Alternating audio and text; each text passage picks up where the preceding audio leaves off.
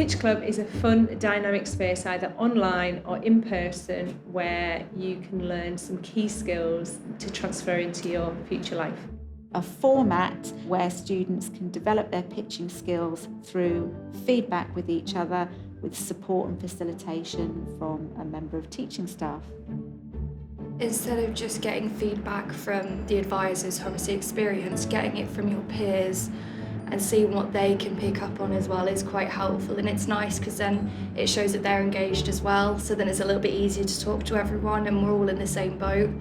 I think it's great because everyone's doing different things. You get an understanding from a different angle that you probably wouldn't have even picked up on. Pitching Club is an opportunity for students to practice their skills, get feedback and develop to become confident, compelling and clear speakers.